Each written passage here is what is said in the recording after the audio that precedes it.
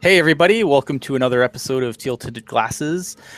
This week, obviously, there's going to be a lot to decompress today, so we're probably not going to get to absolutely everything that's happened because we want to kind of sleep at some point tonight, and I'm sure you want to not be stuck here looking at our faces for 4 hours. But faces, we have aplenty. Tonight on the panel is Mr. Hockey Jerk. I will remember you. Very nice. Wow. Mr. Kevin Lacey. You're muted. You're muted. He's eating ice cream. All right, Mr. Kevin Lacey muted eating ice cream. And we also have a special guest with us tonight from Teal Town, USA. Also on After Dark. Also blah, blah, blah, blah, blah, blah, blah. You know him. You love him. It's Mr. Eric Landy. Hey guys, what's up? It's good to be here. Sorry, I didn't realize I was muted. I'm Yep, drowning totally my sorrows in ice cream, guys. Help me. I know. I was hoping that everyone was going to have a tune. Yeah. I mean, I guess, we should probably talk about... Alex Gallant, I know. I'm as distraught as you guys. I'm as distraught.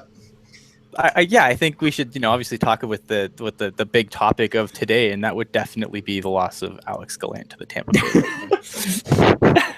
Don't forget Buddy Robinson going to Winnipeg. Buddy Robinson going to Hey, Winnipeg. no, I will eat ice cream over Buddy Robinson going, though. Me too.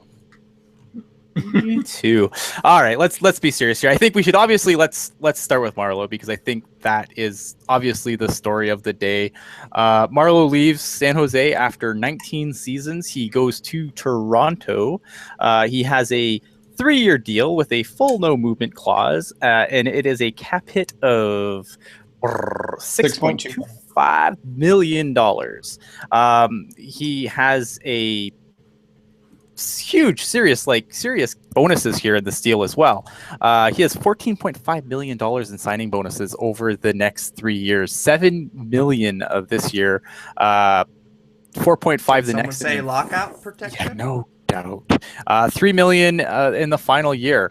For those that want to know why, signing bonuses are significant, especially when they make up such a huge portion of your contract, signing bonuses are, you can't touch them. They're guaranteed money if the Leafs wanted to buy him out. Not that they should, because it's a 35+ deal, which means that buying him out would actually still leave them with the cap damage.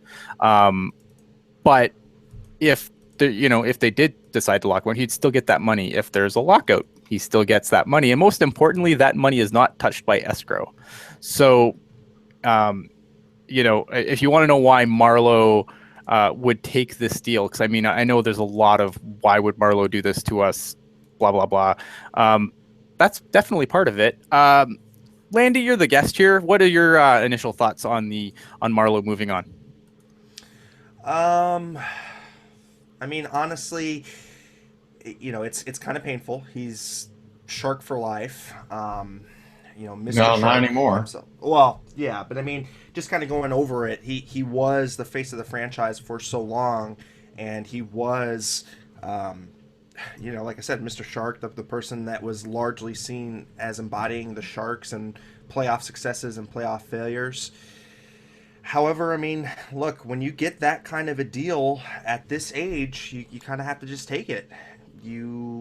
These kind of deals don't come around all that often, and I'm glad Doug Wilson didn't sign it, because that cap hit for that long, for how old he is, it's just too risky of a deal. It's just too risky. And so, we're talking a little bit, had it a little prior to the show, but had it gone maybe for a 2-year deal here, or had he gone for maybe a higher cap hit but a 1-year deal in San Jose, those kind of deals would have made sense here. But that just wasn't in the cards for him, and hey, you know what? He got paid, and he took the money and ran. Yeah, absolutely. Kevin, I'll come to you next. What's your thoughts on Marleau moving on? Are you destroyed? Are you gutted? Are you going to take a pitchfork and run to Doug Wilson's house? I'm actually going to save my reaction for when we get to Thornton. However, I think that it's absolutely the right decision that Patrick Marleau made. He is, yeah, it sucks because he's one of the two big faces of the franchise. Okay, Brent Burns too, but I would say he's one of the two big faces of the franchise. But he's 38 years old, and getting a no movement clause, multi-year deal at that salary, and you're 38, absolutely. Way to go, Patty. That's awfully, I won't say awfully high, because I feel that Marleau gets respect everywhere else but in San Jose. Everyone freaking loves Patrick Marleau outside of San Jose. But Patrick Marleau's been playing here for 20 years, and a lot of the Sharks fans have become jaded with him, whether it's warranted or not. And so my one concern for Marleau, can he handle that media scrutiny in Toronto? I don't know. Yeah. Mr. Hockey Jerk. Well, I am upset that Marleau's not with the team anymore because, you know, me being a young guy, Marleau is really all I've known, you know, as a Sharks fan. So it's kind of an adjustment, but at the same time, and, you know, Kevin alluded to it as well, in fact, hell no. No way does San Jose do it, no matter how important Marleau is. Like, the dollars I'm fine with, but it's the years that are key. And, you know, it was apparent from the beginning that Doug Wilson wanted to do 1 year, but was willing to do 2 years. And, I mean, obviously, Marleau chased the 3 years, and I think that has to do with, you know, job security more than anything. And, you know, he's going to a team that's very young and a team that has a lot of skill, but it's also a place where he can be, you know, the guy because, you know, in the last how many ever years, you know, people like Couture and Pavelski and Thornton and Burns have all overshadowed Marleau. And, you know, I think Marleau got way too much criticism for how good he actually was. I mean, second all-time among active players in playoff points, but, you know, disappears in playoffs, right? Of course. Well, And but I'd like to place this kind of just this little nugget on there. Is he the guy in Toronto, though? I mean, I feel like Mitch Marner, William Nylander, and Austin Matthews all over eclipse Marleau. I think he's the elder statesman for sure, and they look to direction, you know, as far as how you're supposed to be a pro to him. But I don't think he's necessarily the guy there, because believe me, the kind of person that he is, he shies away from the media. Right, he doesn't want to be answering those questions. And in Toronto, when you're making that kind of money, and you know you're expected to produce there, it just doesn't make sense from that perspective. And I think he's going to get a rude awakening. Yeah, I'm kind of with Landy here on that too. Sorry, go ahead, Hockey Jerk. I was just going to say that's a very good point. And I mean, when I say the guy, I more so mean, you know, like you said, he's the elder statesman. I fully expect him to be an alternate captain. You know, it's the Mike Babcock thing where he likes to get, you know, he likes his certain players that he gives, you know, certain nods to. It was, and you know, Babcock loves Marleau. Let's not ignore that fact. It's noted. Yes, it's noted he loves Marleau. He was quoted after the reverse sweep as saying, if you don't want him, give us a call, us being the Detroit Red Wings at the time. And, I mean, you look at Matt Hunwick. Matt Hunwick was around for a while because he's a Babcock guy. Same thing, you know, Nazem Kadri really turned around his career again because of Mike Babcock. I think the relationship with Mike Babcock is the key here. And I think, you know, while on the Sharks, Marleau was more of a depth goal scorer, if you will. I think he's going to have a bigger role on the Leafs because he's a Babcock guy and because he's an older guy and because he's going to play in their top six. Yeah, and I think, like, you know, going back to what Landy says, I think this is, you know, there's definitely going to be high media pressure for Marleau. He's not going to escape it. I don't think that he's going to be able to deflect it onto other players because it's Toronto. No one, I mean, they're, you know, their third line scrub, fourth line scrub is treated like an all-star in the media, you know, like they get that kind of attention. Like there's no hiding from that media. And I think that it's for Marlowe's sake. I think, I wrote today on Teal Town USA that there's really it's really hard to find a fault. Like, I know that the initial reaction is, who the hell are we going to get angry with, right? Like, whose fault is this? This isn't anyone's fault. I think that the offer that the San Jose Sharks made to Patrick Marleau, which has been reported as 2 years, $10 million, I feel like that is more than fair for where, for a guy like Marleau and where he's played throughout the lineup. In Toronto, he's going to get a chance to play with some, he's going to get the chance to play with, be a first line guy, not maybe third line tonight, maybe second line tomorrow, maybe first line if we need to get, the first line going. He's going to be probably your first line wing playing with Matthews and, whoever else they have on the other side, Nylander, I guess. So I mean, for Marleau, I mean, that money, that opportunity, I don't blame him for not saying no. And I know that some fans feel betrayed, and I understand that. I'm certainly not going to be here to tell you not to be angry about this or not to be upset about this. But at the end of the day, I feel like, you have to understand it's a business. Yeah, definitely. So I mean, go ahead. Yeah, I was just gonna say, it's just that if it were me, I would have said, okay, if you want to stay with the Sharks, if you want to have a multi-year deal, you're gonna have to bring that AAV down below 5. So in my opinion, if they were gonna keep Marleau and Jumbo for 3 years, as they both wanted, I said, okay, but I only want to give you $12 million. I want to pay you $4 million per year. To me, that would have made sense if you were going to go longer on term. If you're not going to go longer on term and you still want to be paid the way that you're being paid now, then we're going year to year.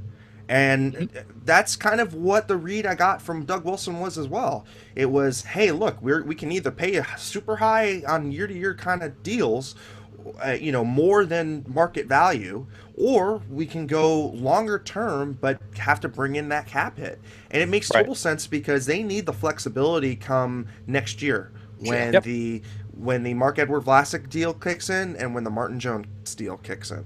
Right, on top of the fact that the Burns deal's kicking in this year. Yep. Right. And and back to the Babcock thing. I mean, without Babcock, Marleau is not on that 2014 Sochi team. It's not a thing if Babcock's not the coach. Well, I disagree there, just because that year Marleau was having a relatively good year offensively. I believe that year was the last time he scored 30 goals, and I think that was probably that 13-14 year, I believe, was his last year as a, true number one line offensive threat, if you will. Well, I think the other thing, though, that came out from that Team Canada, just kind of the presser, was that Babcock included him by name. He was basically saying, I want Patrick Marleau on this team. I don't care who you have to bump. So I think what Ian was alluding to was Marleau was not getting on that team unless Babcock was there. Based on Thursday, they did some a special on the construction of the team, and they had the management group in watching a Sharks game and watching the power play, and at the time, which was obscene, but they didn't really talk too highly on Marleau, to be completely honest. Yeah, and so it was really Babcock who said, look, I want him on my team. And, we've seen that over and over again, just the admiration. And I think it started all with when we had those epic series with the Wings. He just got an up-close personal look at what Patrick Marleau did, the kind of damage he did to the Wings, and just said, hey, you know what, I want that kind of player on my team. So, when you've got a team that's kind of 1 foot in, 1 foot out on you, being the Sharks, not knowing what they wanted to do, whether or not they want to go to the future or if they want to kind of stay to the old proven vets, but you've got a team coming from hockey's pinnacle city, basically saying, look, we have a position here for you, we have a spot, you're going to be an integral piece to this puzzle. and you've got a head coach that he's and that he likes and's got a history with. I mean, it makes sense. It really does. It really does make sense. The New York Rangers kind of, I thought that rumor was kind of a little bit kind of out there. Same thing with Montreal. I felt both of those teams. Sure, they could have given him more money, but I don't think that there was kind of that extra factor like Babcock. And like with Pierre LeBrun saying a little bit earlier, he thought maybe he was going to Southern California. Just try and stay in the Pacific Division, trying to stay in the Pacific time zone to be close to his family. Well, I wouldn't be surprised if Patrick Marleau thought the same thing. I'm under the impression, based on what I've seen on Twitter from Pierre LeBrun and various sources, say it basically sounds like Toronto, day one of the courting period, or whatever you want to call it, came out with this offer, and it's been nothing but scrambling ever since. Like, oh, this is a lot of money to pass up, as Patrick Marleau. And I think he's been giving the Sharks the past several days to try and come up with something. But right. I think you're perfectly right, Lacey. I think it was Toronto coming in really strong with that initial offer and the Sharks trying to play catch up. I just don't think Doug Wilson was going to bend on this one, and good on him. I mean, he said, look, we got a deal there. We can give you an extra year, but it probably meant less money overall. But he was pretty firm on that 3 years. And I mean, it makes sense because his locker room exit interview, he said he felt like he could play another 5 years. Mm-hmm. And, that's how he sees himself, and that's how he sees his value. So good on him for getting what he wanted. Yeah. And but it just sucks that, it's not with us. Right. And when he said that was when the reality set in for me of, Patrick Marleau is not coming back next season, because there's no way that the Sharks, I don't see Marleau, what you mentioned earlier, going year to year at his age, because one bad year and whoop, that's over. We've seen so many players just get killed off of that by that. But and by the way, we can blame me for the Patrick Marleau signing because my room is clean. That's yeah, but it even though the writing has been on the wall for a while, this is the day, and it's still kind of it still hits hard. And for sure. Yeah, I know. As soon as it happened, I texted Puck Guy, and Puck Guy immediately called me from the road. What? Tell me that isn't true. And it's like, no, apparently he swerved somewhere on this 680. Yeah. Thanks for trying to kill Puck Guy. So I've got a question for you guys. You brought up Patrick Marleau saying he can play for 5 more years. How believable do you think that is? Very. Do you think he has another 5 years? Yeah. I don't know about 5. 5 seems the stretch. See, that put him at 44, which is what Jágr is, right? And I think he's in better shape than Jágr. I don't know. Exactly. Jágr is a freak. Well, and that's the thing is, you look at the age, and he should have retired 2 years ago. He's ancient by hockey standards, but you know what? He's faster than a lot of guys who are in their 20s, even with his advanced age, and his shot is still one of the best shots in the league. And I mean, I feel like it's such a cliche, but he keeps himself in really good physical shape. I mean, you kind of have to when you have 4 sons, but I don't know. I think he could go another 5 years. Sorry, let me go in here for a sec. Yeah, the thing that gets me though is, like, I get that he's like he maybe has another 5 years in the tank, but if you look at like a lot of like the underlying numbers, it was really Couture and Donskoy doing most of the heavy lifting on that line. Sure. I mean, as far as driving possession, zone entries, what have you. I mean, but you have to realize, I mean, he was 37, 38, and scoring 27 goals. I mean, that's nothing to certainly not. At, and so, okay, so let's say, for instance, if he does go another 4 to 5 years, so that put him at 44. And if he's a 20-goal scorer by the time he exits the league, I mean, that's pretty damn good. I mean, that's better than Jágr was. And I mean, and Jágr is now, I mean, just now is he not getting offers anymore. So I don't think it is out of the realm of possibility. It's just going to be, to me, whether or not he's going to be able to handle Toronto. Here's the difference between Yager and Marleau, though, especially if Marleau had stayed in San Jose. This offense, and I've said this many times, this offense runs through mostly Joe Thornton, but I still think Marleau is still counted on for a significant amount of, for a significant amount of goals. Yes. Whereas like Yager was more of a complementary piece of a young core. Like the core in Florida is still pretty young, and Yager was more of a complementary piece. And the thing that worries me with Marleau and Thornton to a better extent is, when do they step back and be, God, what am I trying to say? When do they become the complementary pieces and not the focal point? Yeah. And I don't know if that ever happens here, and so I think that, I definitely raises some interesting questions. I think I want to move on to Thornton, and then we can kind of, talk about the other deals and where the Sharks go from here and whatnot. Joe Thornton signs a 1-year deal, $8 million, initially reported as 6.5.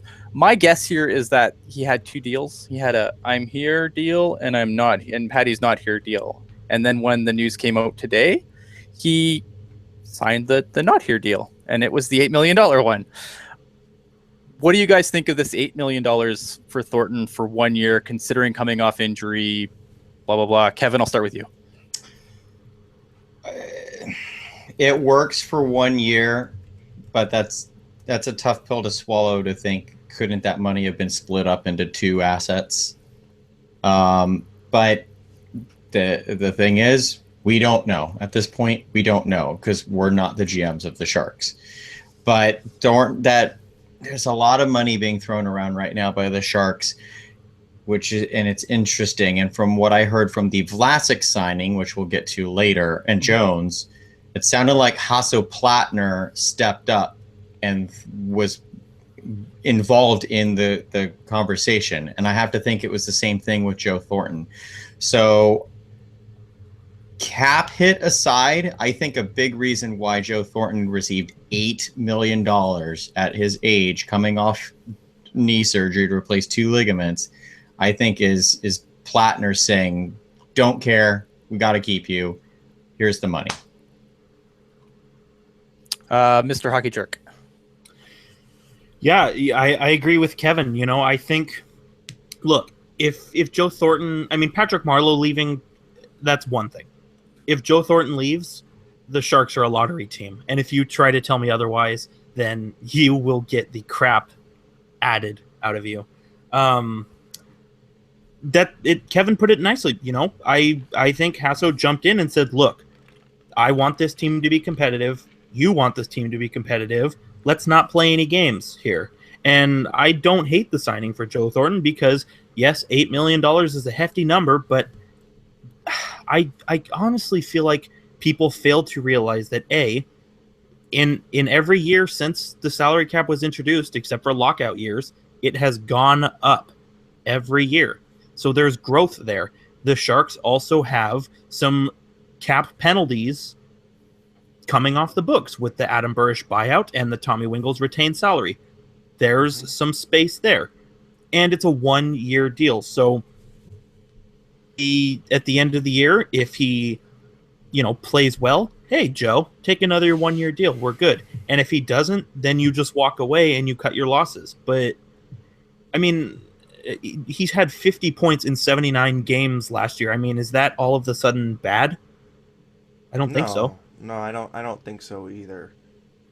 Yeah. I think. Just kind of rolling over the cap space real quick because we had kind of alluded to it. Right now, the Sharks sit at about $10 million underneath the cap. That's with the Thornton $8 million contract up on the books. Right. And right now, the only RFA that we've got. Well, we've got a couple RFAs, but the only one off the Sharks roster is Chris Tierney, and his deal shouldn't be too bad. And then, of course, we got Sorensen and Goodrow waiting on deals as well, and those aren't going to be bad either. So, you got $10 million worth of cap space on, in the roster, and you've got one roster player you got to play. Chris Tierney is not getting over $3 million. I mean, there's no No. way. No. way. So, I mean, you're talking roughly $8 or $9 million to play with, and you've got some prospects to deal with too. So, this leads me to believe there's room for some kind of deal here, and I think absolutely. Doug Wilson is calling everybody trying to get a scoring winger. See, Chris Edwards breaks up a good point though. That $10 million was with only 10 forwards. I mean, obviously I think it's actually 9 forwards. So you're going to have, so that's going to, there's not, there's the illusion of space there, because obviously, let's say you call up LeBanc, you call up Meyer, there's less than just less than $1 million, just less than $1 million. So we're talking about $8 million realistically.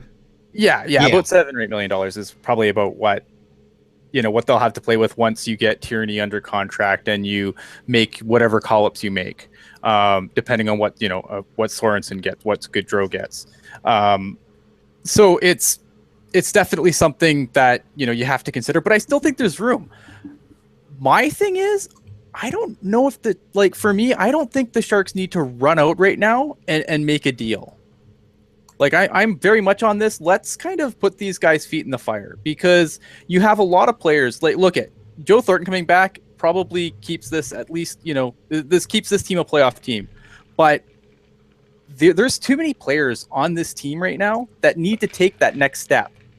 And having Marleau not there, having that spot open for other guys to try and succeed, I think that's good. And I think the Sharks should sit on their cap space, wait, let these guys see what they are without Marleau there, because I think that's important. I think that you need to give these guys the opportunity to take that next step. And if they're not going to take that next step, well, that's good to know when we have when their deals are coming up.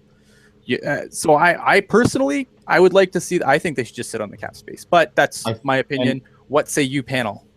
I just want to jump in on that real quick. I think they will, because to me, giving Thornton $8 million as the whole Marleau's not here, so we'll give you extra to stay aspect, that means Radulov and Kovalchuk are not coming to the Sharks. So we should just nip that right there. No, and I think you can nix Jágr on there too. Yeah, I mean, anyone of value on the market's not coming in.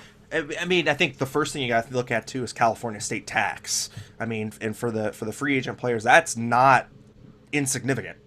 There's a reason why Jágr played in Florida for a little while. There's a reason why he went to Dallas. There are clearly other factors going on here, and we don't even know as far as like what Peter DeBoer's status is among free agents. We don't know if they like the way that he plays veterans versus young players. We don't know if he's got this kind of like this bullwhip reputation on him. There's just a lot of factors that we as fans will never know. That being said, you guys are all right. I mean, it's time for some of the young kids to really step up. And the one good thing about the Marleau signing to Toronto is that it gives an opportunity for the organization to have this transition happen organically versus a trade being necessitated to make room. There's now an organic space that has been made. So, can LeBanc come up and seize a full season spot, or can Meyer come in and take a full season spot, and actually slot them in where they're supposed to be? Timo Meier is a top 6 forward going away. Kevin LeBanc has the skill set to be a top 6 forward, doesn't have the size to be a bottom 6 forward. If we still had Nicky Goldobin, I really would have liked to have seen him in that Marleau slot, because you know what, it slots him in as a top 6 forward, and he was never going to be a bottom 6 player. He always was going to be top 6 or bust. Yep. So. That is the one nice thing about this, is that there is an organic kind of changeover, and there is a space for a young player to really step up. In my opinion, the 1-year deal for Thornton really does give Doug Wilson some time to figure out, okay, who's going to be my next generational centerman? What are we going to do about filling that void, that jumbo-sized void that will be there next year? Right. Because I think Jumbo might go to Toronto next year. What Dirk? You haven't gotten in on this yet. What say you? I think I agree with Landy. I think this is the perfect time to do, some organic roster turnover, because if we recall, after the Sharks were reverse swept, we were supposed to have, organic roster turnover, but then just kidding. Marleau and Thornton are still the big dogs. Niemi's our goalie. We're going to play Burns at defense now. Like, they totally backpedaled and moved forward and changed their opinion 80,000 times from the reverse sweep to the start of the season. I think Landy brings up a good point in that, Marleau's gone. Yeah. He's not coming back. You don't have another choice but to put somebody in that position. And out to me, Kevin LeBanc, in his time with Logan Couture, I thought looked good on that line. I think there were at least 2 or 3 odd man rushes with the two of them that they scored on. That's always a nice thing to see. Game 6 against the Oilers, when the Sharks were in panic mode, Marcus Sorensen was on that second line with Couture. I think Sorensen has the speed to provide, to that line and keep up with Couture like Marleau did. And, even Mikhail Bodker, I know people like to get on him and, bad Kerr, and he's the reason Marleau left and all the fun jokes. But I'm sticking by what I said earlier. There is no reason can't have a bounce back year. There's just no reason. If he comes out this year and he's crap again, then you explore a trade to a cap floor team or, God willing, a buyout. But, the Sharks have options. And like Landy and Kevin both said, it's all about if these guys want to step up. Because they had the chance.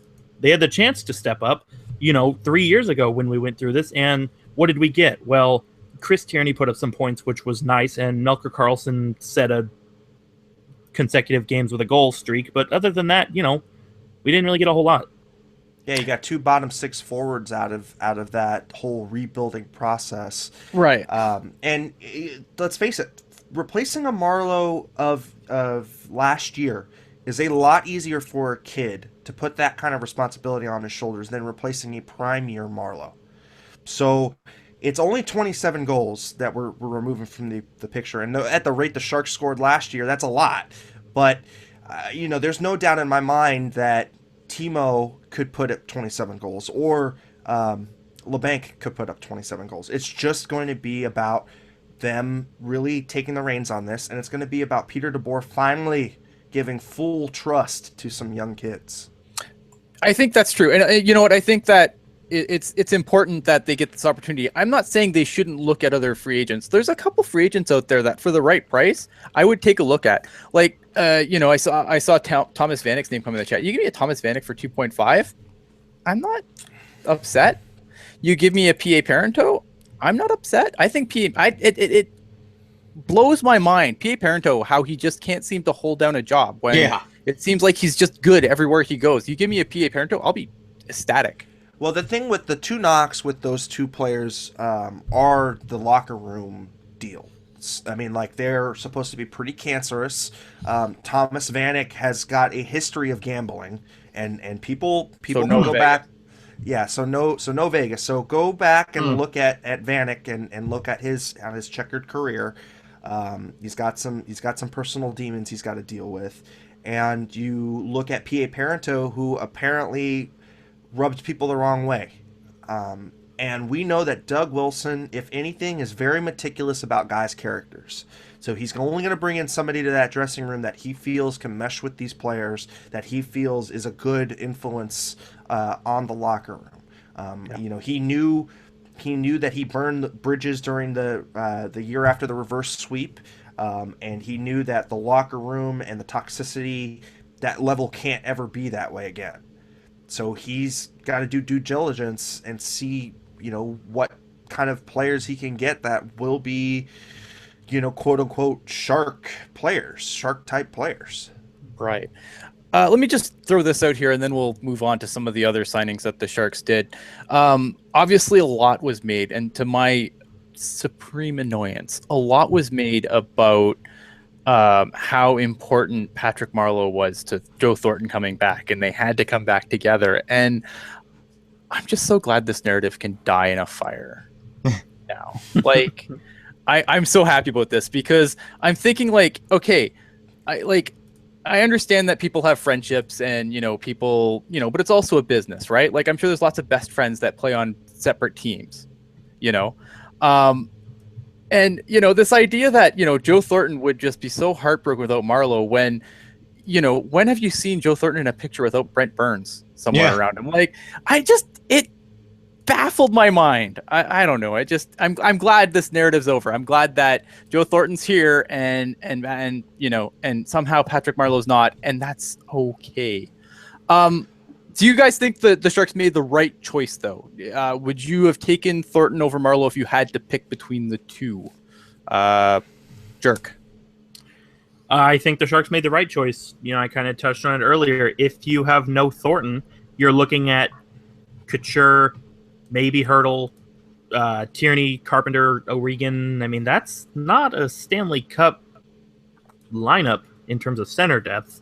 Versus, you lose Marleau, like you still have Pavelski, you still have Karlsson who can play up, Donskoy who can play up, Bodker, LeBanc, Sorensen, Timo Meier, even a Barclay Goodrow if he figures it out. It's been long talked about how the Sharks have zero depth on the wings, but I feel like in the last 2 years, the Sharks have done a really good job at depth on the wings. I mean, I think maybe as a security, you find a guy like a P.A. Parenteau or a Thomas Vanek who does come in at a low cap number, but at the same time, I think at this point, the Sharks just need to spread out Marleau's 27 goals throughout the committee. I mean, you have to remember, too, that Marleau, Couture, Pavelski, and Burns, nobody had more than 11 goals.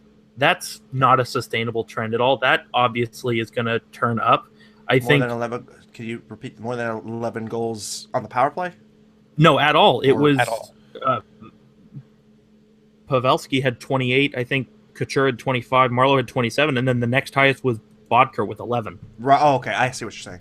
So I said it earlier. There's no reason to believe that the scoring can't turn around. I think Bodker will bounce back. I think LeBanc has made some good strides.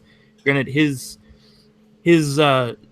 character with the Barracuda in the playoffs came into question quite a bit, but I think if you give him some NHL time and let him operate under his own ship, I think he'll figure it out. And then, like Landy said too, Timo Meier, looked awesome in the NHL playoffs and made some questionable embellishment choices in the AHL playoffs, but even then, like, I thought Timo Meier looked fantastic with the Sharks, and I think Timo Meier belongs on this team. And yes, like, it's the Q, okay, and Q stats must be all Q stats. Yes, scoring goals in the Q is a hell of a drug, but you know what? He's a goal scorer, and he's a very physical player. I don't like to make comparables, but if you are looking for a comparable, I think Timo Meier could be player Milan Lucic light. Yeah, Diet Lucic, or even like a Ryan Clough in his heyday. No, don't compare him to Chloe. Chloe. To play devil's advocate against that, though, I agree. I think Thornton should have been retained over Marleau.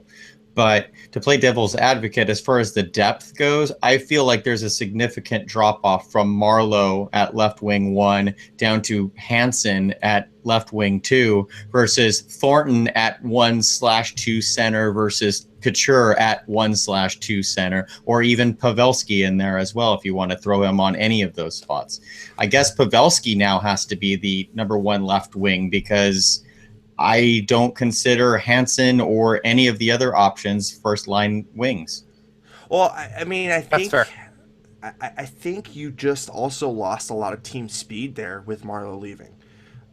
So the thing with, and I'll kind of play devil's advocate too, the thing is when you lose Marleau, you lose a lot of speed.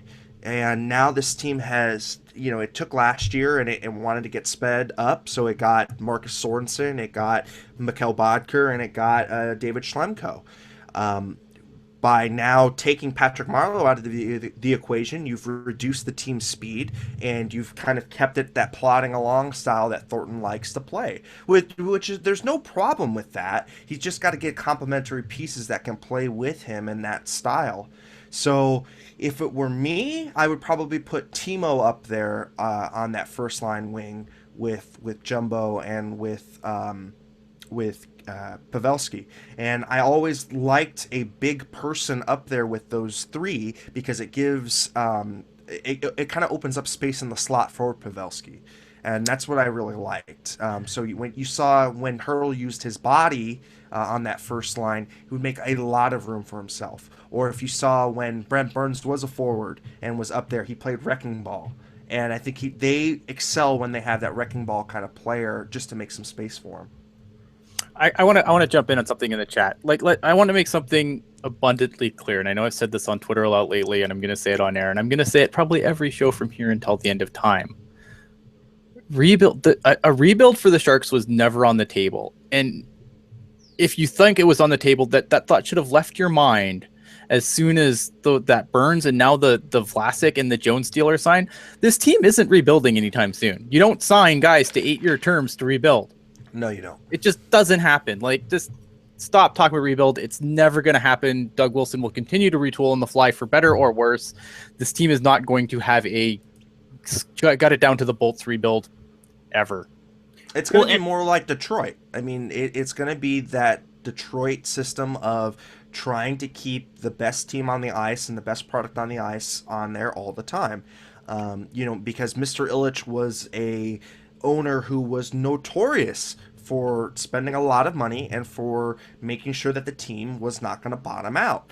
I just want to throw one name in there that I think could maybe flourish on that second line is Roar Chartier. I know he hadn't got any NHL time last year, but he does have a scoring touch, so that leads me to believe maybe he might be able to move to a left wing or a right wing, and I'd be kind of interested to see what he does with Couture. But go ahead, Jerk. I'm sorry. Was I saying something? Sorry. Yeah, you were. You were talking about. I think it was.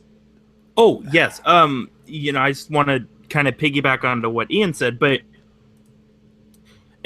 I'm making this statement as general as possible. I'm not calling anybody out because I'm guilty of this myself.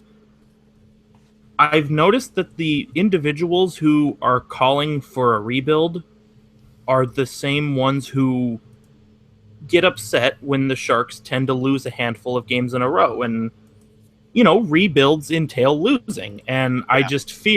I fear that let's say the Sharks strip it down to the bolts and they do rebuild. I think fans, because let's be honest, we all, we're not exempt from this. We're just as much involved too. We have been spoiled with good seasons. And, you can be a team like the Toronto Maple Leafs who lose in the first round and be like, hey, we did some really good work this year.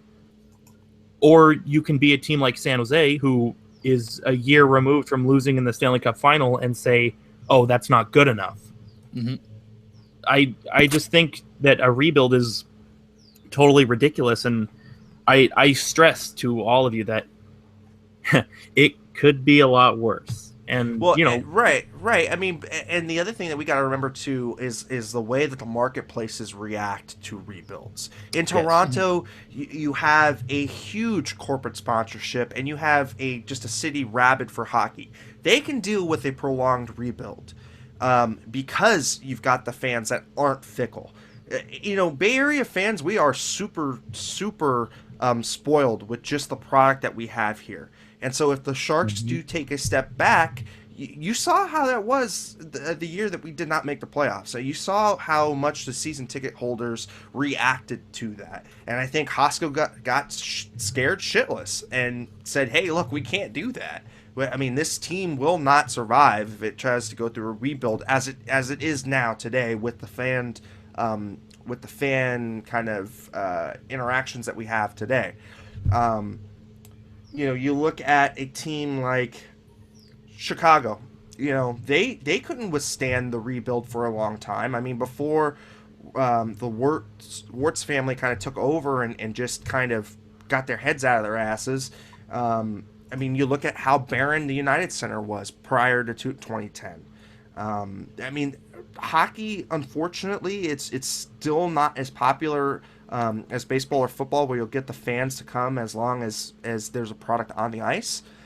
So rebuilds in this case are just, it's going to be hard. I think the thing with Chicago, though, I think you have to remember is like Old Man Wirtz really made it difficult to love that team. It was difficult to be a fan of that team. He kept games off television. The teams were terrible. I mean, he really went out of his way to just make it the worst market ever. And a lot of that's been corrected by his son, and winning, obviously, as I always say, fixes winning everything. Winning fixes everything. But I'm just saying that this marketplace isn't as robust as a Chicago or a New York or a Toronto or a Montreal or an Edmonton, for Christ's sake. I mean, look how Rexall Center was always full, even though that team was hot garbage. I mean, hot garbage for a long time. So I just don't see our fans doing that for 3 or 4 years until we get that generational number one pick. Yeah, Chris Tierney in the chat here. I'm gonna hit this quick, and then we can move on. A lot of talk in the chat about like where does what we do with Chris Tierney at this point. I still think that I thought with wingers, Chris Tierney didn't look terrible. I feel like he, you got to remember, yes, Chris Tierney didn't put up enough points last year. This is true, but how many points are you putting up with Ward and Haley on your wings? Or Bodker with having the year he had. I don't think we've seen all of Chris Tierney yet. I still think he could probably be the third line center on the team. I think that Carpenter's probably your fourth line center this year, but it'll be interesting to see, because that obviously, then what do you do with Hurdle? Are they going to continue on this Hurdle at center nonsense, or are they going to put him on the wing? With Marleau gone, Hurdle to the wing might be a thing. A good thing. But then it's, again, all right, he's back with Thornton. Not that that's a bad thing, but I still want to see Hurdle do anything without Thornton. True. Maybe he's with Couture. I want to see Hurdle with Couture and Meyer. I really think that really think that those two should be paired together. That's a whole hell of a lot of meat throwing around their weight. And especially with the way that the Pacific is going, and with everybody rearming themselves for a huge slugfest in this division. I mean, we're in no means a small division anymore. No. Well, see, all right. And I just one last thing, and then we can finally move on. But see, I thought, when Hurdle was with Bodker and Hansen, I thought there were numerous games where they were the best line on the team, and even in the playoffs, very early in the playoffs, but in the playoffs, that was on paper San Jose's third line, and they, again, were the best line in a lot of games. And I think that was a nice, a little view into Hurdle's potential, without Joe Thornton. And I liked what I saw there. I liked what I saw there. It was good. It helps that, like I believe it was Landy who said earlier, Hurdle has the big body, so he can make space, and then you have Bodker and Hansen who can just fly through that space like nobody's business. Yeah. Now let's swing around the re-signings, shall we? Yeah. So obviously, couple of re-signings here. These obviously extensions that were signed as soon as they're able to become extensions. They aren't kicking in until not this season, but next season. We'll start with Marc-Edouard Vlasic, 8 years, $56 million, $7 million AAV, $14 million of which is signing bonus, including $5 million in 2021, which we know is because there's going to be a lockout. Sorry, guys. He has a full no movement clause until 2022-23, and then he has a 3-team list until the end of his deal. Doug Wilson laughably quoted as saying he expects more production out of a one Marc-Edouard Vlasic. Kevin Lacey, what's up? I don't like that comment by Wilson at all. To me, if you're expecting more, I mean, yeah, we always want players to produce more. But if you're expecting more out of Marc-Edouard Vlasic, why are you giving him that much money? That much money says to me, Vlasic's already done it. So if you think Vlasic still has room to grow, you shouldn't be giving him $8 million or $7 million. So here's Go I for just it. want to. Here's my 2 cents on that. I agree with you. I think expecting more is asinine, considering the last 10 years he's been the Sharks' best defenseman ever. Mhm. Like Norris Trophy, is not for the best defenseman. It's for the best offensive defenseman. Correct. Yeah. But you know what? If Vlasic is only 2 years removed from putting up a career high in points. Mhm. And even though this year he had a down year in the analytics community, he still put up his third best point total in his NHL career. Mhm. Now, I like I said, I think expecting more points is asinine, but I could totally see him score more points. I mean, he likes to. We've seen, he always jokes, coach, give me the puck, put me out there. We've heard quotes like this all the time. I think he can score. I think he can break 40 points. So, At what cost? I mean, are you now saying that he's going to sacrifice his all-world shutdown ability? Just quickly kind of chiming in on the contract.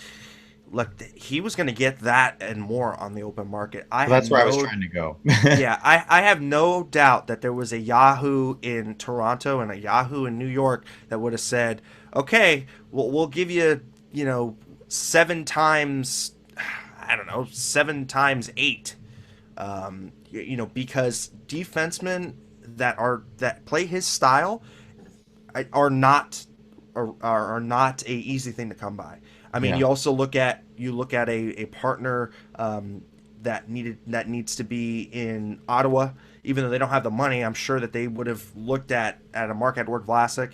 I'm sure there would have been 31 teams out of 31 teams looking at him and saying, we'll have you play here.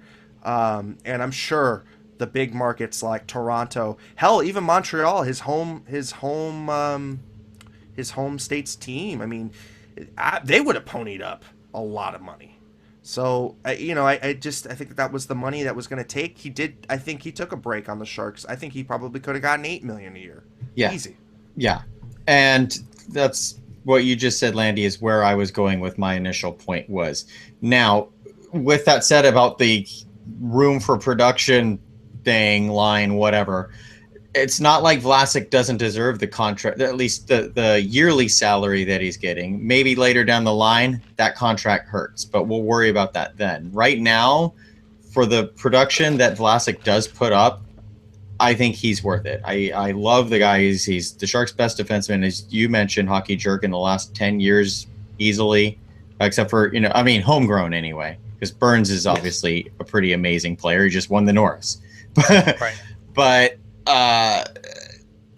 it's also you have to look into what we brought up on Pucknology Writers Room and Teal Tinted Glasses throughout the year, which was what Vlasic was making was a freaking steal for what we were getting. So Absolutely. In a way, this is a little bit of probably compensation for what Vlasic has done over the last number of years. Yeah, and like I said, he could have raked him over the coals. He really could have. And he could have put it to Doug Wilson and said, I want Brent Burns' deal. He wouldn't have been out of line for asking exactly what Brent Burns got. Not in my mind, at least. They're two completely different animals. You can't base one contract off of the other. But he could have said, look, the value that I provide to this team is as important as Brent Burns' value. Points-wise to shut down defense-wise. So that's why, to me, he kind of held back and took a hometown discount. And people are going to laugh at me and like, well, how's $7 million a hometown discount? Like I said, you look up north and look how defensively starved the teams in Canada are. You look at a team like New York. You look at a team like Boston. I mean, defensemen do not grow on trees, and I don't know how much more we can stress that. And they get overpaid. I mean, just look at Carl Osner's deal. I mean, for Carl Osner, he got that much money. Yeah. Yep. Funny thing is, I was going to say a great fit for Vlasic if he had gone somewhere else, to me, would have been Vegas, because you put Vlasic with Theodore on that top pair. Jeez. Oh, it's not even fair. Or hell, go down south and reunite him with his old D partner in Rob Blake and that wicked Team Canada set of Doughty and Vlasic. Which was stupid. Yeah. Stupid. I mean that's stupid. It's stupid. It's just okay. I give up. Yeah, I don't like the term. I didn't like the term for Burns's deal. I don't like the term here. I do not like these super long contracts that end when players are in their late 30s. 40s. Late 30s, early 40s. Yeah, Vlasic will be 38 when his is done. And that bothers me a lot because I don't like the fact that we kick the can down the road like that, which is what we've been doing with. I mean, the Sharks are good at that. That's what we've been doing with Marleau and Thornton the whole time, just kicking the can down the road a little bit further instead of actually dealing with it. I don't like the term. The money's fine. I hate these 8-year terms. I understand that's the business of hockey today, and this is just the reality we have to deal with. I don't like it. I don't like it for Burns. I don't like it for Vlasic, and I'm not even crazy about Jones for 6, to be completely honest with you guys. Ian, go ahead. Are you concerned about this trend that all of a sudden is happening where 8-year deal, 6-year deal, after the Sharks have always been known as that team reluctant to give these long deals? Are you a little concerned that this is a trend? No, because I think that it shows that the Sharks are they want to be competitive. Yes. Hasso wants to make sure that this team's competitive. They want to make sure that players stay in San Jose. They don't want to lose players to bigger terms elsewhere. It's a business, man. I know you can sell everybody on how awesome it is to live in California and yada yada yada. Guess what? I hear Florida's really nice too. And there's no state tax. Yeah, look at the Sharks' record for free agency, and look how many times that the big names have kind of said, "Hey, you know what? It's awesome out there, but it's just the tax kills us," and they want to be in a place that's got a little bit more coverage, a little bit more media coverage, a little bit more, taken seriously. So, it makes sense. It makes sense that they had to pony up this kind of cash. Like you guys said, it shows the ownership is heavily invested in the team and wants to commit to, these players. And I don't have a problem giving long-term deals to defensemen only because they're going to get that from yahoos everywhere. That's just the way that they're valued. I mean, we can go on and on and on about how defensemen have been brought out there far too many years in advance, with advanced ages, and still they continue to pay these players. I mean, look at Kevin Shattenkirk and the deal he got. Stupid. It's stupid. I mean, look at Jason Demers. Look at how overvalued Jason Demers was when he got his contract. And I mean, the Panthers Florida didn't know what they were doing. They tried to dump it to Vancouver to get good Branson back. Yeah, that's true. I heard that. Yeah. I mean, I liked the Aaron Ekblad signing. I mean, I really liked him as a player and committing to him for that amount of time.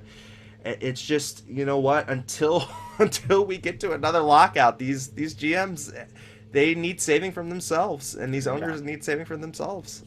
The one thing that I will say about Vlasic's deal and why I don't like the term. I'm never gonna like the term, but why I'm okay with the term, like I'm not as worried about it, let's say, as I'm with a player like Burns, for example, is Vlasic's, he's not really doesn't really play a reckless physical game. He does most of Vlasic is positioning, stick work. I know he's had some injury issues over the last couple of years, so it's not like, that's not completely not concerned, but I feel like his game will still translate better over the long term. Yeah, he's like Paul Martin, where his game just continues to translate well into his 30s. That was going to be my question for you guys. Is you look at Dan Girardi, a guy who's been a beast for the Rangers for a number of years, and he got bought out. Why? I think the guy's a shell of himself now. I think that Tampa's going to regret signing him because they're not getting the in his prime Girardi. Well, not if they pair him with Victor Hedman. What's up? Not if they pair him with Victor Hedman. Yeah, I mean, that's true. But I'm just saying, like, Girardi's durability at this point, just because the type of game he plays, a kind of a smarter game too, but he's gotten worn down from all the shot blocks and whatnot. I worry about that with Vlasic a little bit on the term, but I hope it's not to be. Yeah, I mean, hopefully it all works out. And you know what? why stress about today when we can kick down the can, kick the can down the road for 7 years? Yeah, and you know, the cap will be at $100 million after the lockout. It'll all get corrected at the 2020 lockout. So. Right. And then the compliance buyouts, lockout, and then the compliance buyouts for everyone. Yeah. All right. So Martin Jones, 6-year deal, $34.5 million, 5.75 AAV. He has for the lockout season, he has $1.5 million in lockout protection. And he has some other signing bonuses kicking in, but it's mostly salary there. My question for you guys is, obviously, how do you feel about it? But I feel like this is elite money for a league average goalie. And now you can all flame me to death. I don't think it's elite money. I don't think so either. I mean, we've seen. I know Corey Crawford, who I would argue is the. I would argue Corey Crawford is the same level as Martin Jones, and I believe his contract is worth more. You look at what stupid deal Carey Price got. I was about to say that. And you know, here's the thing: is whether we like the contract or not, these players, we have to do it. It's as simple as that. Like, yeah, I firmly believe if Jones were to go to UFA, you know, a team who needs a starting goalie, I hear Dallas likes goalies. They probably would sign Jones for the moon. You know, it's Paging Calgary Flames. Calgary Flames. Calgary Flames. Calgary is in the market for a starting goalie every year. It's and Mark. I think they still are. And Mike Smith. I mean, look, Kidding. If you think that term and that cap hit's crazy, Mike Smith got $4.25 million a year. Well, they play the Sharks 6 times a year. Oh, well, okay. I guess he'll make it up against the Sharks. But, I mean, seriously, like, if he's worth 4.25, I'll every day and twice on Sundays, I'll take Jones for an extra $1.5 million or $1.25 million. It's the starting goalie rate. There's not really much you can do about it, and quite frankly, he left money on the table too. Mr. Who didn't go yet? No, I didn't go, but I don't really have much to add. I think you guys got it on this. So all right. So we're happy with the deal. I don't hate the deal. I feel like if he's gonna have to get his numbers up a little bit to be worth it, because so far, you know, look at Martin Jones has definitely stolen games for the Sharks, which is something that previous Sharks goalies haven't done very well. Like probably since, Nabokov, I would say it's been, because I don't recall Nemo ever really stealing us a game. Hey, he was a Vezina Trophy finalist in a half season, I'll have you know. Hey, he's about to win his second Stanley Cup with Pittsburgh. That's true. That's true. Oh my goodness. All right, let's move on to just quick here. AO asked, how much is Aaron Dell making? $625,000. Yes, $625,000. Antoine Bibeau signs with the Sharks. Obviously, it's a one-way deal, $650K. He's gonna obviously play for the Barracuda. I like the signing. I think it stabilizes their goaltending. I would take Antoine Bibeau and all the warts there over Mantis Armalis any day of the week and twice on Sunday, and ditto for Clark Saunders. Yeah. Same. Agreed. I love it with Patrick Marleau, Joe Thornton, Mark-Edward Vlasic, Martin Jones, Antoine Bibeau. Yeah, I had to save the best signing for last. Guys, Michael Haley is gone. Alex Gallant is gone. I don't think we've re-signed Zach Stortini. Who is going to save us? Who is going to protect the Sharks players from catastrophe? Well, we could trade a first-round pick to get Ryan Reeves. Oh, God. Oh, God. That was so bad. It was really bad. Someone in the chat mentioned Dwight King. I don't think much of Dwight King. I think he has average AHL speed. I don't know. I don't think anything of him. What do you guys think on that? I just think that, like, when you look at all the teams in the league, like you look at, especially in the Pacific, man, they all got mean. Yeah, no, they did. I'm trying to think of the names of like people that have gone to different teams. I don't know. Chris Edwards in the chat saying, Dylan. Look, Dylan can throw. I don't have an issue with that. Go ahead, sorry. No.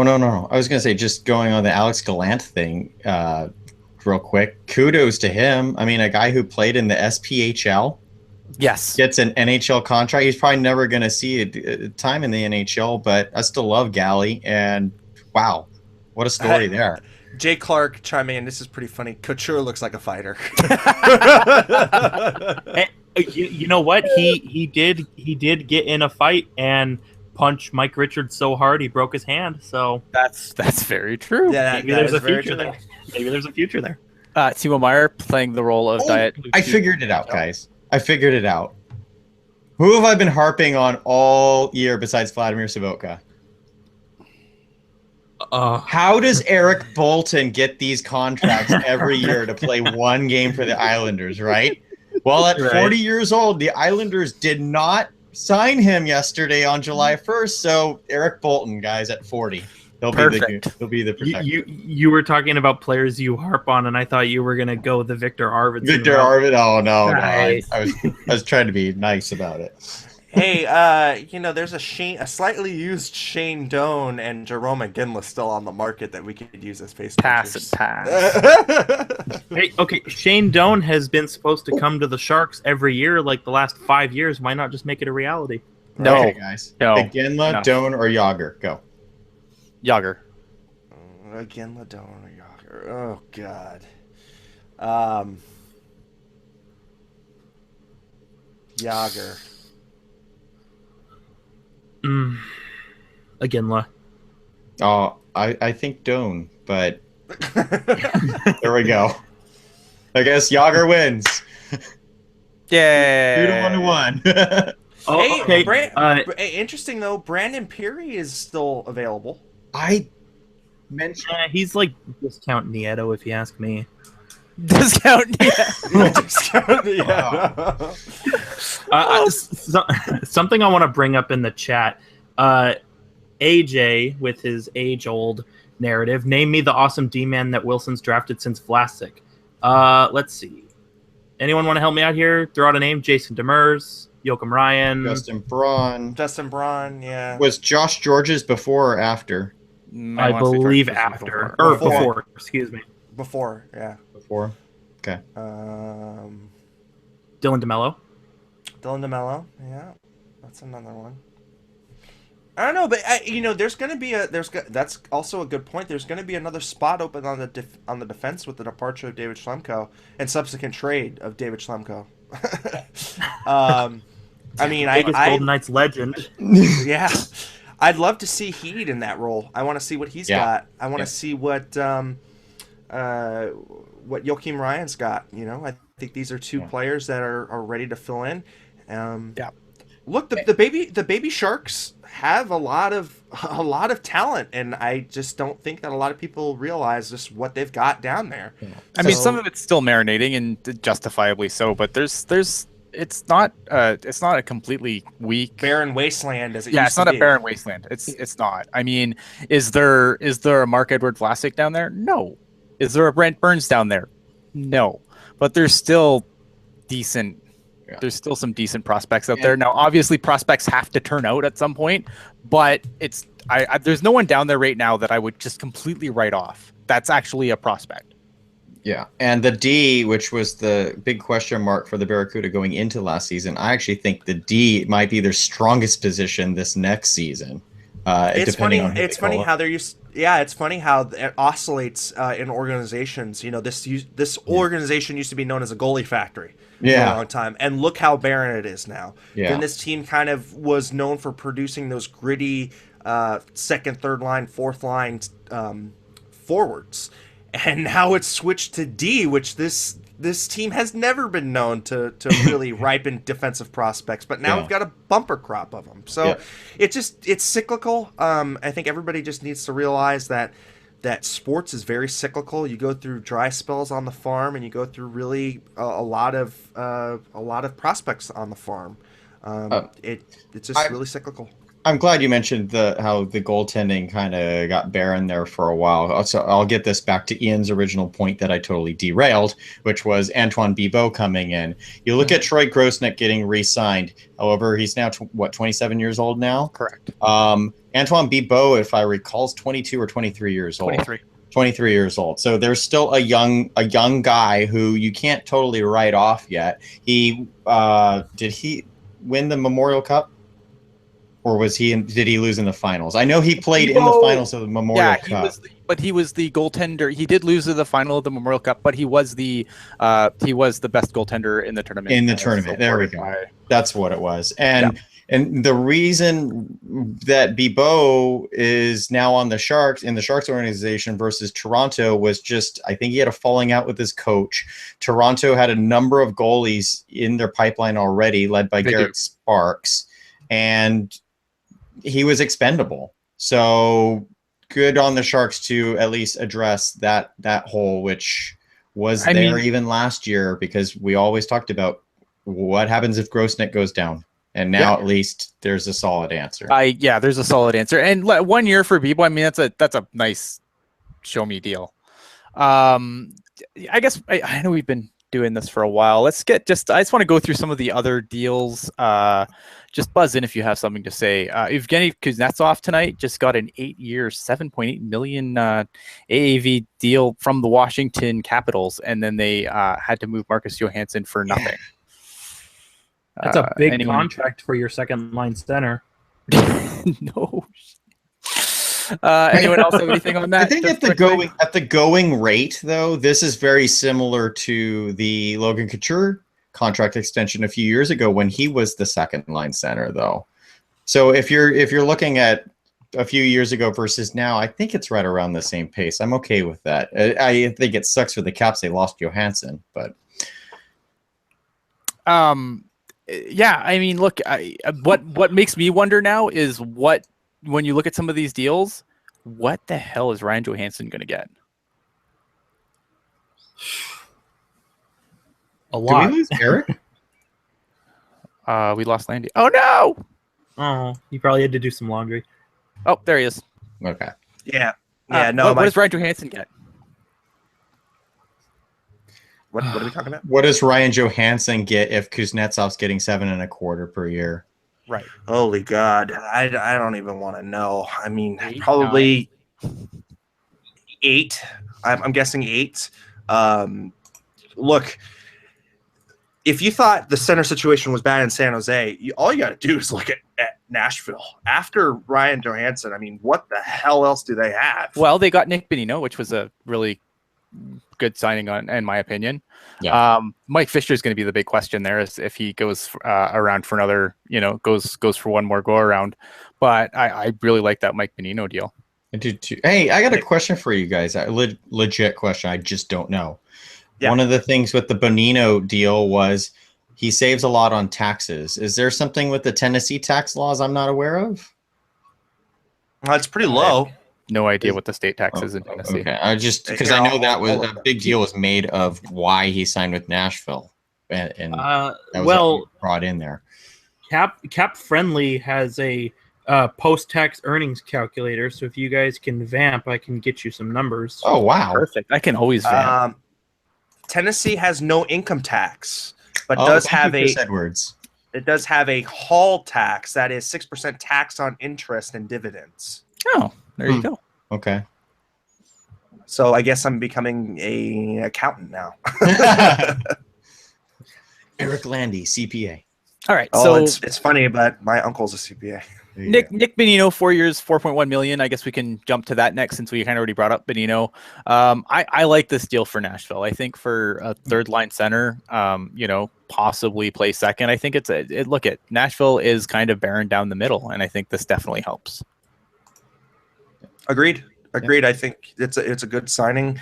They're going to have to get a second line center, though, a true second line center, and I don't know where that comes from. Because you just looked at how bad they were mismatched in the final when they had Ryan Johansson missing. So, to me, that team is still not fully actualized. And when they get another center, that team's going to be more scary than it is now. So, just to go back, are we ready for some numbers? Yes, absolutely. So Nick Bonino in Nashville, Tennessee, his salary is $4.1 million, which has a estimated income tax rate of 38.5%. Now, if you jump over to the Pittsburgh Penguins, who are in Pennsylvania, and you pull up the contract for Olli Mata, which has a yearly salary of 4.08, the income tax rate is 44.6%. Okay. So about 5% savings, but every little bit counts. Absolutely. Especially when you're talking big numbers. Exactly. Yep. Absolutely. One of the big contracts where I think, a lot of good deals I thought were signed, but this one I think is a blunder.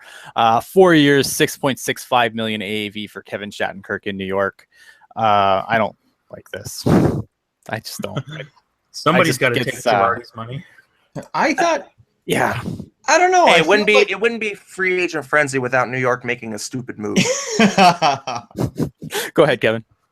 I don't know. I feel like just a few months ago, Kevin Shattenkirk was going to be the hot commodity in free agency, and then he just played okay in Washington, and his value seemingly dropped a lot. I don't know. Yeah, but was that based on Kevin Shattenkirk, the player, or the weakness of the free agent market where he was supposed to cash in? Like that's my question. I don't know, because I mean, it was just what 3 years ago he was like top 7 in defensive scoring or something like that, top 4. Yeah, but I think the other thing too is that he's always played in small markets, and then when you go to a bigger market like Washington, you get a lot more scrutiny. And I think his game got really torn apart there. That's true. Oh, it definitely did. And he's always been a defensive liability since I can remember him in Colorado. But you're paying him like he's more of a well-rounded defenseman, and he's not that player. And he doesn't have a Paul Martin to babysit him. I think their worry was just maybe McDonough. If they pair him with McDonough, that might be pretty good. I think they're looking at like a Martin Burns kind of situation with McDonough and Shattenkirk. Because I mean, right before that, their best offensive defenseman was freaking Nick Holden. Like, Jesus. Nick Holden. Yeah, but I mean, I think that even without Girardi, they have enough defensive defensemen in there that they can fit Shattenkirk in and be fine. I get what you're saying, just the salary for what you're getting may come into question, but I'm okay with it. It's funny, too, because allegedly to sign with the Rangers, Shattenkirk actually left money on the table elsewhere. I heard that. Well, he's a New Yorker, so that's the deal. He grew up being a New York fan. He's got a ton of family there. And you know what? That is important to some players. Clearly, it wasn't enough for number 12, but hey, right. I would just like to point out too, and then we can move on. Are you going to fight with AJ in the chat? I just want to say AJ would like me to clarify that I meant draft picks from the first 3 rounds. There you go. All right, we may move on. Perfect. Yeah, what did you guys think of the Justin Schultz deal? I think amazing. Yeah, I liked it. I think Justin Schultz has been, a real. I remember I came on here before the Sharks faced off against the Penguins in the Stanley Cup final, and I'm like, Justin Schultz, yeah. God damn, I'm an idiot. Yeah. How about Antti Niemi? 1 year, $700K. I think it's. No, okay, before we go into this, it's already been on the books that Rutherford said 30 to 40 games Niemi will play. For $700K? Like, but oh my God, you're gonna trot him out for freaking half the season? Well, yeah, because Matt Murray's got to get hurt at some point. Well, and who's gonna play all of those playoff games? It's gonna be Matt Murray. Why not just save him until then? Because you won't even get to the playoffs if you play Niemi for fucking 40 games. Look at Rutherford has Alzheimer's. All right, sometimes he thinks he's the coach and he's going to determine when players are going to play. I don't like. I know he said it, but there's no way that Niemi comes on for $700K to play half the games. This is not going to be a platoon situation at all. Never say never. He's like Grandpa Rutherford. Do you want a Werther's original, Sonny? Hey, what about the goalie carousel? I don't know. I don't remember who tweeted it, but it had 5 goalies going in a pentagon. I love that. Yeah, yeah. That was awesome. I wish I had that up. I'm just gonna kind of skim through a couple other deals here. What do you guys think of Martin Hansel going to Dallas for 3 years at 4.75? He's a good replacement for Cody Eakin's offense. Whoa! I always liked 3 goals last year. I always liked Hansel for his size. Not necessarily. There's not really a lot of production there. So for that amount of money, I don't really think that that's all that great. But it does give Dallas a little bit more size, which they kind of needed. They were kind of a smaller team. Not including Sagan and Ben. Yeah. So I like that. And I'll cap this off with Verbata 1 year, 3.5 with the Panthers. I absolutely love this signing because, and these are the kind of signings that I wish Doug Wilson would target more often. But if you look at Verbata's stats, he just came off a 50-point season, and you got him locked in for $3.5 million. If that's not a steal, I don't know what is. No, it's great steal, great pickup, and yeah, I think that it was perfect. I'm going to regurgitate what Brian Lawton said on NHL Network last night. Why didn't you just keep Jaromir Jagr? What, really? Because I feel like Jagr fits in there just fine and would have made the same money for the same production. Honestly, though, it's like Jumbo, in the Sharks dressing room. Jagr is just this pinnacle figure that a lot of the kids just could not. I mean, it's like you're breathing rarefied air, and I know that he does such a good job with trying to be very inclusive and to like lead the players, during exercising and all of that. But still, that team was not going to move forward unless Jagr wasn't on the team. And I honestly think that they have enough playmaking ability without Jagr that you can get Verbata, who is just a scoring machine. And I would have loved to have seen him in Teal a few different times. All right, guys, I think we've pretty much gone long enough. So I think next time we're on, I think we'll talk a little bit about maybe who's still out there. I think I'd like to do winners and losers at some point, but I'd want to kind of do it justice a little bit. So I feel like we've kind of gone long enough tonight. First, obviously, I want to thank Landy for coming on the show tonight. Any final thoughts, guys? Sir? Look, I mean, it's just it's a sad day in Sharkland. But hey, you know what? There's light at the end of the tunnel. The team is not where it was 2 or 3 years ago, where everything was barren and it looked like there was going to be a lot of pain. This team looks like it can still compete. I don't know if it's going to be at the same level that we're accustomed to, but there's some bright spots ahead, and it's not all doom and gloom. So Patty, good luck, and really try and stay in the shadows as much as you can in Toronto, because they will hound you relentlessly. Mr. Hockey Jerk, final thoughts? Final thoughts. I have a couple. Okay. Number one, I'm not a Penguins fan. Number two, But are you a Leaf fan now? Yeah, jury's still out. Like I said earlier, it's really crappy. The Sharks lose a guy like Patrick Marleau, but I'm not mad at the Sharks for letting him go. I think it was the right choice, and I'm not mad at Marleau for leaving. Like, hey, I can go to a good team and make money and have job security. Like, how dare you? No. Like, I think it was totally smart for him. And number three, at me on Twitter, AJ. We got some fighting to do. Uh-oh. All right. I am going to have some popcorn for this upcoming Twitter war. Kevin Lacey, final thoughts. Yeah, it's pretty sad. I don't know what I'm supposed to do when Toronto comes into town, because Marleau scored a lot of goals at the games that I went to, and everyone in the last maybe 8, 9, 10 years, I always yelled out, "Hey, opposing goalie, St. Patty's yo daddy." Am I supposed to yell this at Jones and Dell now? Like, I'm so conflicted. I'm at Kevin Lacey 22, and thanks for a wonderful season, guys. It's been a pleasure. I have a question for you. For me? Yeah, I thought I did. Now I've lost it. Oh, is it? What do I think of Brian Elliott going to Philly? Because Man. Woohoo!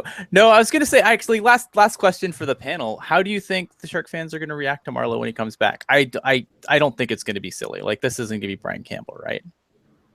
I hope not. I don't know. There's some can I pretty punch silly faces? Shark fans. he's the Roman Yes. Reigns of the Sharks. Like, people Yes, he love is. him or hate him, and I'm on the love side. I am too. Yeah, like, I would be very disappointed if the tank turned on Marleau the next time he comes to town. I think he gets standing ovation. I don't think that this diminishes his legacy in San Jose by any stretch of the imagination.